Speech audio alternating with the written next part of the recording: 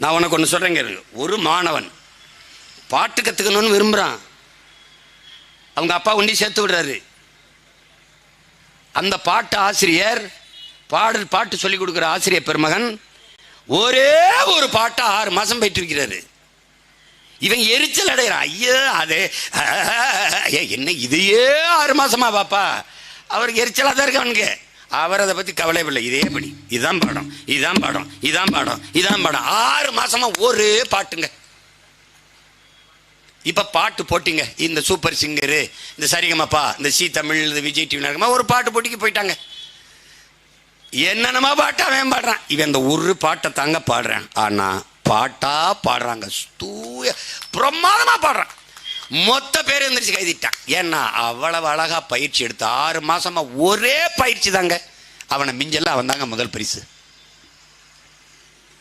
அதனாலதான் என்ன சொல்றது, திரும்ப திரும்ப சொல்லணும். புருசிலிட்ட கேட்குறாங்க, யாரை பார்த்து உனக்கு பயம்னு. பெரிய வித்தக்காரன் நல்லா கிக்கடிப்பான், நல்லா பஞ்சடிப்பான், நல்லா, அதெல்லாம் அவனை பார்த்து பயம் இல்லை. ஒரு டெக்னிக்கை, ஒரு நுட்பத்தை 1000 முறை பயிற்சி எடுக்கிறவனை பார்த்தால் எனக்கு பயம்ங்கிறான். நல்லா விளங்கணும். இந்த குத்துறதைய 1000 முறை பயிற்சி எடுக்கிறவன் எவனோ அவனை பார்த்தா எனக்கு பயம்ங்கிறான். அதனால தான் நான் என்ன சொல்கிறேன், 1000 முறை சொல்லிக்கிட்டே இரு, சொல்லிக்கிட்டே இரு, சொல்லிக்கிட்டே இருன்னு. ஒரு ஞானிகிட்ட போய், ஏன் ஞானி ஒரே பாடத்தை நடத்திக்கிட்டு இருக்கீன்னு, அவனுக்கு டேய் இதை உள்வாங்கிட்டானா அவன் செயல்படுத்த தொடங்கிடுவான், அப்புறம் வேற பாடத்துக்கு போகலாம். அவன் இன்னும் செயல்படவே இல்லையே. நான் 13 வருஷமா போயிட்டு இருக்கிறேன். அதில் இந்த 2016 தான் தேர்தலுக்கு வந்தேன். நானும் எனக்கு வாழ்க்கை இல்லை, வாக்கு இல்லை, வருங்கால பிள்ளைகளின் வாழ்க்கை வாழ்க்கை வாழ்க்கை வாழ்க்கை வாழ்க்கைன்னு பல தடவை கத்திக்கிட்டு இருக்கோம். ஆனால் இன்னும் காதில் விழலையே, செயலாகலையே. செயலாயிருச்சுன்னா அடுத்து வேற வேலை. அவன் என்ன சொல்றான், நீ வெல்கிற வரை பேசிக்கொண்டே இருக்கணும், வென்று விட்டால் பேசுறதுக்கு உனக்கு நேரம் இருக்கக்கூடாது, செயல்படணுங்கிறான். இந்த 2-3 ஆண்டுக்கு தான் பேசுவோம், அதுக்கப்புறம் இருங்க வேலை இருக்கு. அப்போ என்னப்பா உன் பிரச்சனை, மக்கள் பிரச்சனையோடு இருக்கணும், மக்கள் அரசியலுக்கு போயிடணும், மக்களின் நலன் சார்ந்து சிந்திக்கணும். அப்போ என்ன பண்ணும், இங்கே மதம் ஆட்சி செய்கிறது, அரசே மத அரசாக நிறுவப்படுகிறது. எவ்வளவு பெரிய ஆபத்து பாரு. நீ ஒரு கோட்பாடு வச்சிருக்க, குறிப்பா கிறிஸ்தவ இஸ்லாமிய மக்கள், அடித்தட்டு மக்கள், உழைக்கும் மக்கள்லாம் நீங்க பிஜேபி மதவாத சக்திங்கிறீங்க. அப்ப காங்கிரஸ் மிதவாத சக்தியா? சேம் பிளட்ரா, சேம் பிளட். அவன் சவுண்ட் இந்துத்துவா, இவன் soft Hindutva. we are all Hindus, BJP. yes we are all Hindus, Congress. அவன் பாபர் மசூதியை இடிப்பான், காங்கிரஸ் இடிக்க அனுமதிக்கும். அவன் அடிக்கல் நாட்டுவான், கங்க்ராச்சுலேஷன்.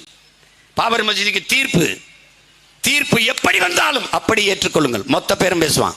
இல்லை என்றால் ரத்த ஆறு ஓடும், பெரும் கலவர வெடிக்கும். இந்தியாவிலே ஒரே ஒரு மகன்தான் பிரபாகரன் பிள்ளை, நான் ரத்தம் சிந்துற, உயிர் கூட போகட்டும், ஆனால் செத்து கூட நான் விழுகிற ரத்தம் சிந்துறேன், எனக்கு தீர்ப்பு வேண்டாம், நீதியை கொடுன்னு கேட்டவன் நான் ஒருத்தன் தான். நீ தீர்ப்பு தான் சொல்லியிருக்க. ராமர் பிறந்ததற்கோ வாழ்ந்ததற்கோ இறந்ததற்கோ அங்கே எந்த தொல்பொருள் சான்றோ வரலாற்று சான்றோ இல்லை. யார் சொன்னது? நீதிபதி. ஆனால் பிறந்தார், வாழ்ந்தார், அங்கே இறந்தார் என்று நம்பப்படுகிறது. அதனால் நம்பிக்கையின் அடிப்படையிலே தீர்ப்பு. எப்படி? எவ்வளவு பெரிய சிக்கலுக்கு ஒரு நாட்டின் உயர்ந்த நீதி நம்பிக்கையின் அடிப்படையில் தீர்ப்பு. அப்போது முத்தலாக்கு தடை சட்டம், அது எப்படி சட்டத்தின் அடிப்படையில் தீர்ப்பு? அதுவும் அந்த இனம், அந்த மக்களினுடைய நம்பிக்கை தானே, அதுவும் நம்பிக்கையின் அடிப்படையில் தீர்ப்பு சொல்ல வேண்டியதானே. இதுதான்டா பாசிசம். பாசிசம்னா என்ன தெரியுமா? இதுதான் பாசிசம். இதில் காங்கிரசின் நிலைப்பாடு, ஐயா ஸ்டாலினின் கருத்து நிலைப்பாடு, பாபர் மசூதி தீர்ப்பிலே அவர் நிலைப்பாடு. என் தம்பி பாடினால துறை சின்னவன் மாவீரன் வேற ரொம்ப இந்த டிவியில் போடும்போது அது வேற மனப்பாடம் பண்ணிட்டு வெறுப்பேற்றுற மாதிரி பாடிட்டே தெரியுமா. ஸ்டாலின் தவறாரு, விடியல் வேற போறாரு, அதுதான் மக்களோட முடிவு. நான் அப்பவே சொன்னேன், அவ்வளோதான் முடிஞ்சிருது, அவ்வளோதான் மக்களோட முடிவு. அந்த பாட்டு எவ்வளவு சரியா எழுதியிருக்க மாதிரி, மக்களோட முடிவு அவ்வளோதான். விடிவு அவருக்கு, அவர் வீட்டுக்கு, முடிவு நமக்கு, நம் நாட்டுக்கு. நல்லா கவனிச்சுக்க. நீ முதல்ல தெளிவட, அரசியல்னா என்னன்னு புரிஞ்சுக்க.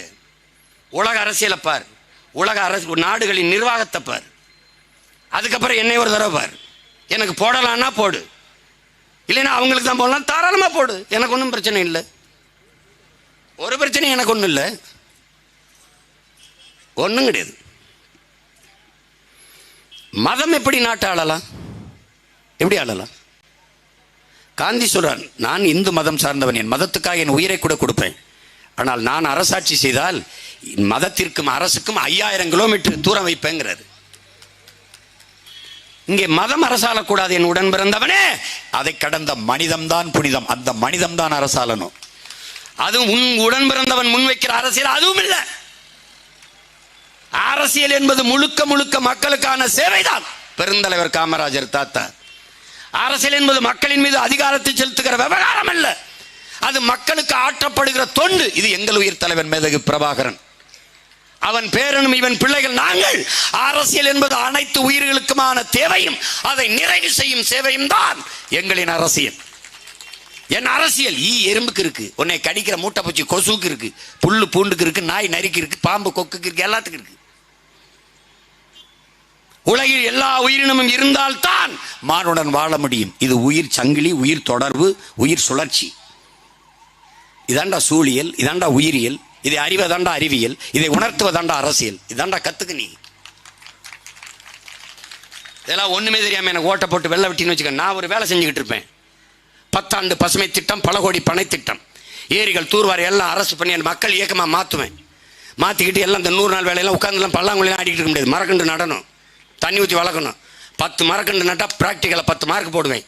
100 கட்டா தமிழ் தேசிய குடிமகன் விருது கொடுத்து இவன் கொடுத்தால 10 லட்சம் 15 லட்சம் கொடுப்பேன். இந்தாடா நீ உன் வீட்டில் மரத்தை வளர்த்துருக்கியா ராஜா, என் மரம் நான் வெட்டுவேன், கையெல்லாம் வெட்டி உழுதுக்கு போட்டுருவேன். சீனாவில் நான் சொன்ன உடனே சிரிச்சான், நான் வரைவில் கொடுத்தேன். சீனாவில் சட்டம் நான் எப்படி தெரியுமா, மரத்தின் கிளையை வெட்டினால் மனிதனின் கையை வெட்டுவது போல கொடுங்குற்றம் எழுதிக்கு போட்டுருவேன்ட்டான். நான் சொன்னேன், நீ என்ன இப்படிலாம் பேசுற, செஞ்சிருவேனா? ஓ மரமானாலும் பக்கத்து வீட்டுக்கு வந்துருச்சு தொந்தரவு பண்ணிருச்சுன்னு வெட்டினா கொண்டே வருவேன் நீ. அப்போ மரம் வெட்டணும், நான் வீடு கட்டணும், கட்டு, அங்கே போ மாவட்ட ஆட்சியர்கிட்ட போ, அங்கே போய் என்ன சொல்கிற, சரி மரம் வெட்ட ஐயா வெட்டணும், எத்தனை மரமே, எனக்கு 5 மரம் தேவை, எழுதி கொடு. அப்போ ஒரு இது வரும் உத்தரவு, அப்போ நீ வெட்டணுமா வெட்டு. 100 மரம் நட்டு 1 மரம் வெட்டு. 100 மரம் நட்டிட்டு வந்து காட்டு. 10 மரமா 1000 மரம் மரக்கண்டுகள் நட்டு காட்டு. அப்புறம் கையெழுத்து போட்டு கொடுப்பாரு, வெட்டிக்க. எப்படி? இதாண்டா தன்னலமற்ற அன்பான சர்வாதிகாரம். ஈழத்தில் ஒரு மகன், ஒரு விடுதலை புலி மறவன் ஒரு தேக்கு மரத்தை வெட்டிட்டாங்க, ஒரு தேக்கு மரத்தை வெட்டிட்டான். என்ன செஞ்சிருப்பாருன்னு நினைக்கிற தலைவர்? ஒரு 100 மரத்தை நட்டு விடுப்பா, ஒரு 1000 நட்டு விடுப்பா. இல்லை, 1,00,000 தேக்கு மரங்களை நட்டு வளர்க்கணும்னு உத்தரவு போட்டுவிட்டேன். நான் போய் நிற்கிற காலத்திலாம் ஒரு குடத்துல தண்ணி வச்சுக்கிட்டு நட்டுக்கிட்டே தெரிஞ்சான். அவர் கதையை மற்ற தம்பிகள் சொன்னாங்க.